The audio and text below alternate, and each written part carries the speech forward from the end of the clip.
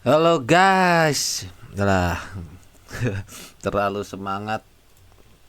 Gimana hujan gak di sana guys? Hujan di sini mendung, hujan enggak. Oke, ini sekarang saya akan jelasin tentang masalah P2P ya guys. P2P ternyata saya pikir udah pada yang tahu ya P2P itu apa. Ya, P2P apa dan cara kerjanya bagaimana.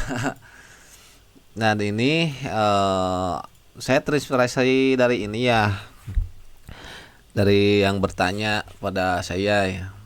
P2P itu kan menurut saya kan pemahaman saya di bisa transaksi lewat komunitas yang terpercaya kepada teman kita yang terpercaya, terus saya kepada kenalan di mana aja lah yang benar-benar terpercaya, karena sisi P2P ada positif dan negatifnya ya guys.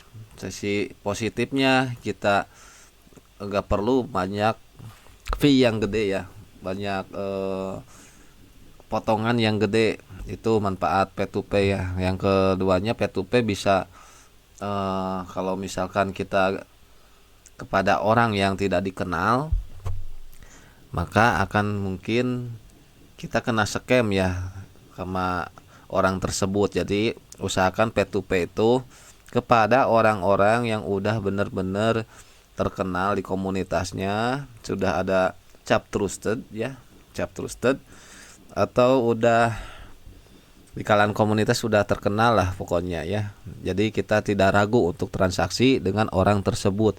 Jadi P2P itu player to player kepada orang ya, kepada orang ya, bukan kepada perusahaan ya. Nah, di Binance ya, di Binance sendiri menyediakan P2P ya. Di Binance sendiri menyediakan P2P sebentar ya.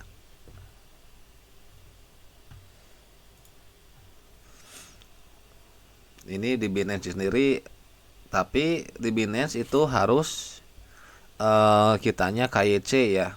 Jadi sertifikasi KTP kita dan sertifikasi pedagangnya juga ya. Pedagang juga untuk P2P.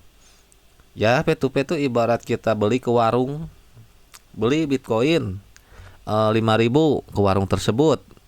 Nah, kita dapat Bitcoin, warung tersebut dapat uangnya ya. Begitulah istilah P2P ya, player to player.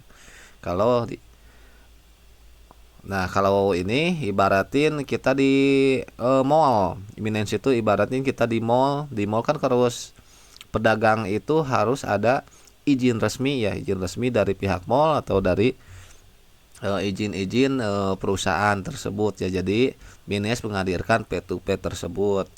Jadi ada jaminan sejumlah token kepada Binance ya. Jadi harap berhati-hati juga, P2P itu juga banyak sekali penipuannya ya. Jadi harus berhati-hati dan pastikan yang terpercaya ya.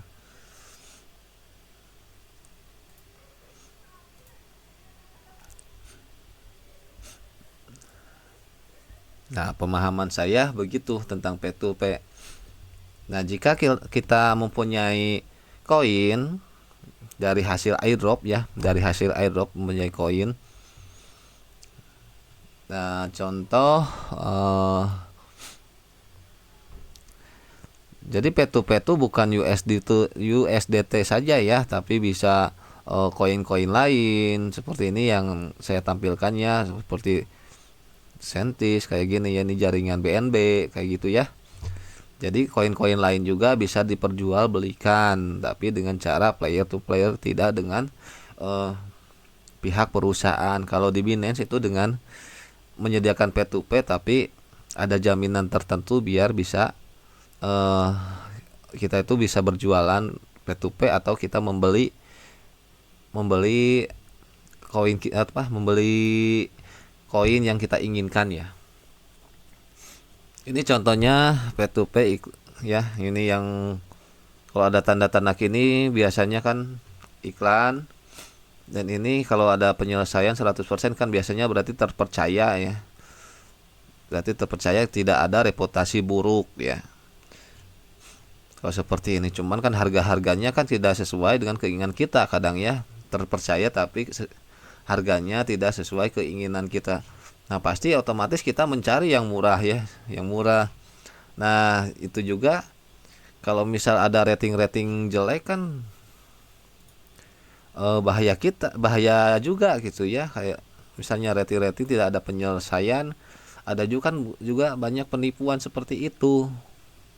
Lihat transaksi ordernya berapa, kalau misalkan hanya satu kan kita juga ragu, kecuali orang yang dikenal ya nggak perlu ragu.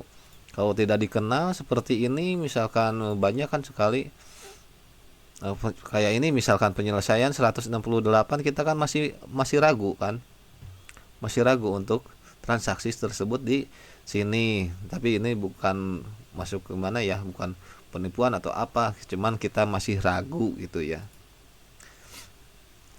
masih ragu-ragu. Tapi kalau kalian kenal dengan orang tersebut, ya udah gas aja langsung transaksi P2P dengan menebeng ke Binance ya. Jadi jembatan, Binance itu jembatan. Jadi ibaratkan mall ya. Mallnya ada pedagang-pedagangnya. Bisa kita menjadi pedagangnya, bisa juga kita menjadi pembelinya gitu ya. Seperti itu. Dari dulu sebenarnya Bitcoin sudah zaman P2P, orang ke orang. Karena kalau nggak P2P agak susah buat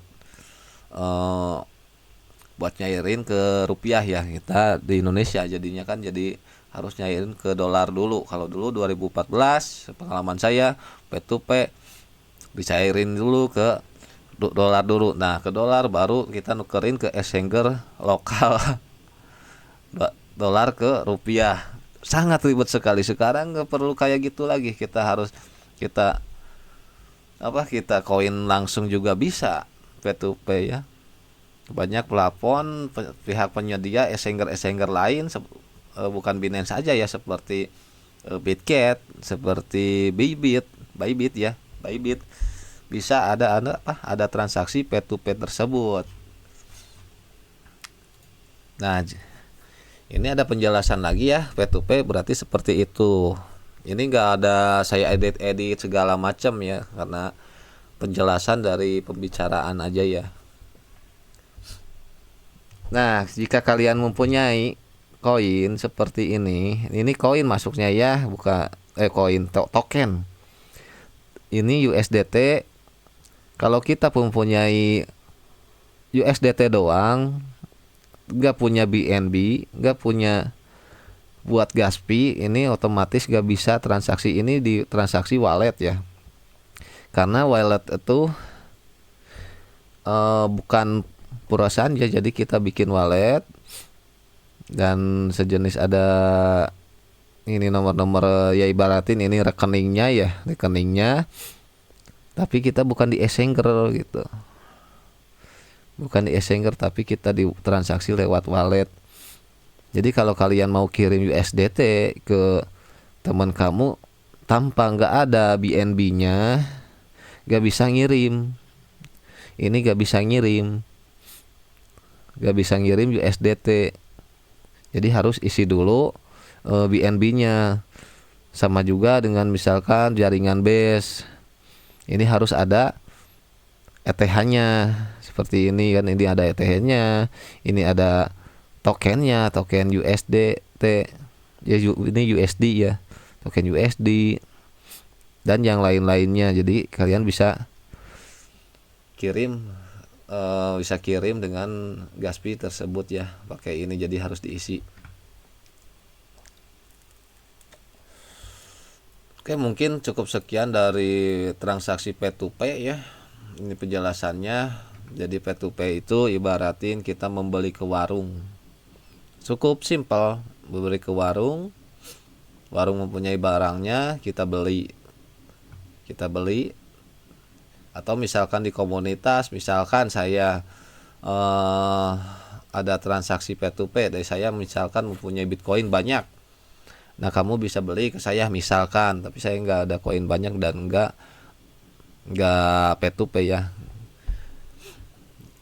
Beratkan contoh seperti itu, atau saya pengen beli ke orang, jadi ke grup saya misalkan udah terpercaya ya, misalnya ke Om Don misalkan ya, di admin grup ini dia terpercaya. Nah, baru kita bisa beli di sana, bisa beli ke Om Don misalkan ya, di sini admin grup sini misal menyediakan P2P. Oke, cukup sekian ya. Terima kasih. Videonya cuman singkat 10 menit. Itu penjelasan P2P. Pemahaman saya nggak pakai AI itu P2P apa, tapi sesuai pengalaman saya. Jangan lupa di subscribe ya guys.